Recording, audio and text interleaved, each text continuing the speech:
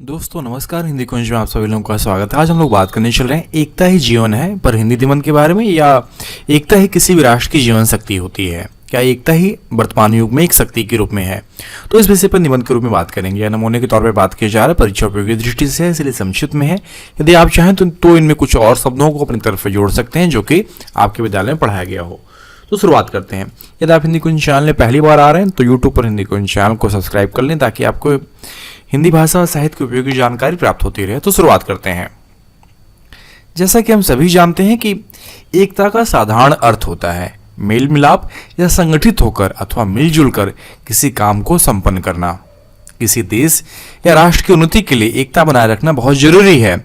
एकता का महत्व मनुष्य को उस समय ही मालूम हो गया था जब वह बिल्कुल असभ्य था।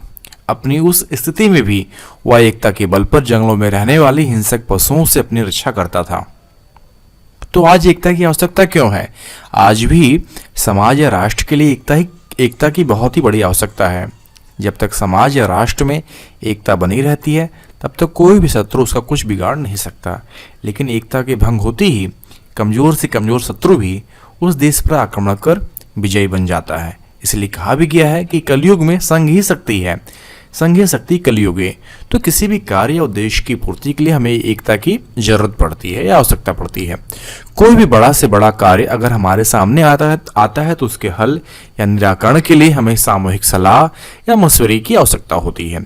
उससे लाभ उठाकर हम उस काम को बहुत ही आसानी से संपन्न कर डालते हैं।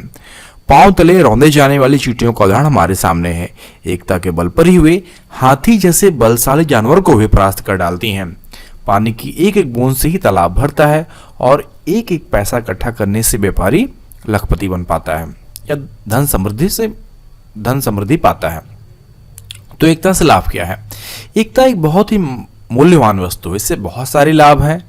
हमें परिवार, समाज और देश की एकता बनाए रखने के लिए हर संभव उपाय करने चाहिए। परिवार की प्रगति एकता बनाए रखने पर ही हो सकती है और समाज की प्रगति और अग्रसर होना भी एकता पर ही आधारित है।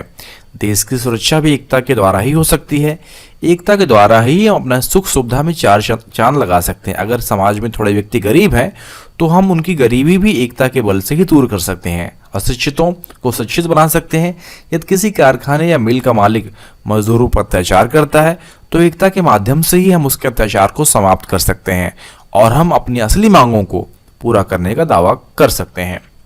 एकता से प्रत्येक व्यक्ति को लाभ पहुंचता है। व्यक्ति से समाज बनता है। इसी समाज का व्यक्ति अपने स्वतंत्र देश का शासक या संचालक बनता है। उसे भी शासन को सुचारू रूप से चलाने के लिए एकता की आवश्यकता पड़ती है। एकता में अद्भुत शक्ति होती है। एकता के बल पर ही बाबर की 12,000 सेना ने राणा सांगा की 1 लाख सेना को पराजित कर दिया था।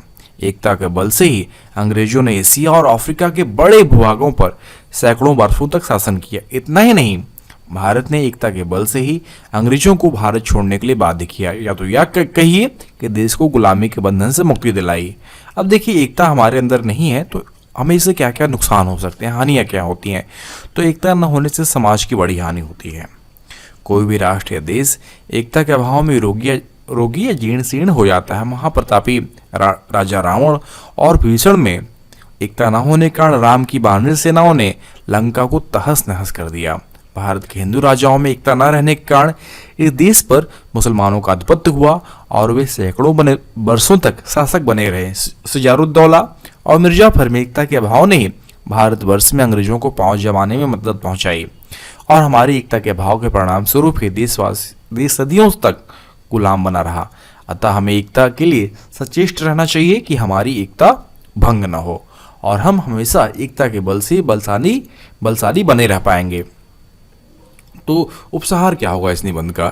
यह होगा कि थोड़े में एकता की शक्ति को कुछ इस प्रकार समझा जा सकता है।